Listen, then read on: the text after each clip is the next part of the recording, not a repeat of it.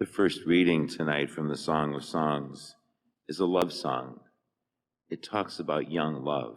It's not something that we expect to see in the scriptures, but it's a very tender and strong young love, which is so beautiful. Two people fall in love with each other, and their love is so strong, and yet it's so tender and unfailing. And when there's other places in the scriptures too where there are love songs meant to show God's love for us. Do we think of God's love as young love, just like we're hearing in this beautiful Song of Songs? Certainly, God's love is young love. The difference is that for human beings, the young love over time can grow dimmer, because with the difficulties of life and just with the passage of time, the relationship changes. But with God, it never changes. It's always strong and beautiful love for us. It never changes. Can you ever remember thinking yourself about your love relationship with God? And was it like young love, strong and beautiful, and something that you just want to have with you always? Hopefully there's been that time. And if there hasn't even, though, whatever our relationship of love is with God, time can certainly dull it sometimes. And every Christmas we have an opportunity to renew that love, to renew the beauty of it and the wonder of God's love. At Christmas we're just told not just a beautiful story, it is a beautiful story, but we're told about what it means about our relationship with God.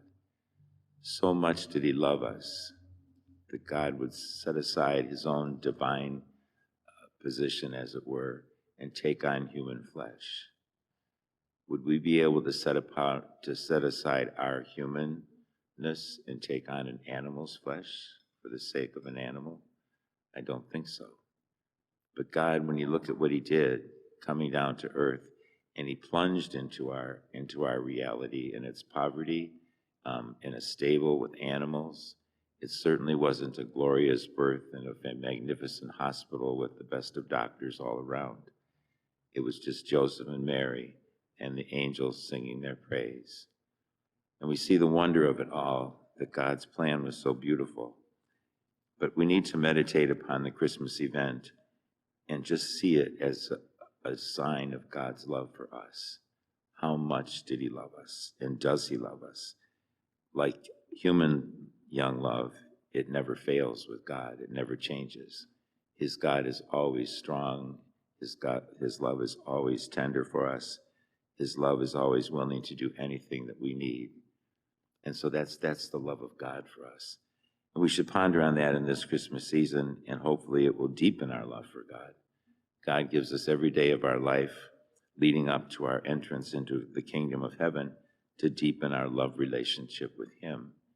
And so hopefully at Christmas time we can renew it, and we can come to realize the tremendous love he's had for us and have that same love back for him, I think is what the Lord wants us to do.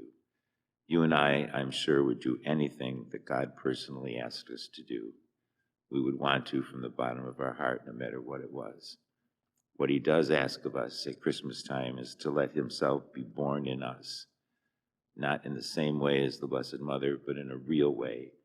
Through our baptism, God is born within us, and we're supposed to give birth to him by the gift of our lives and show that love to others by the Christian life that we live.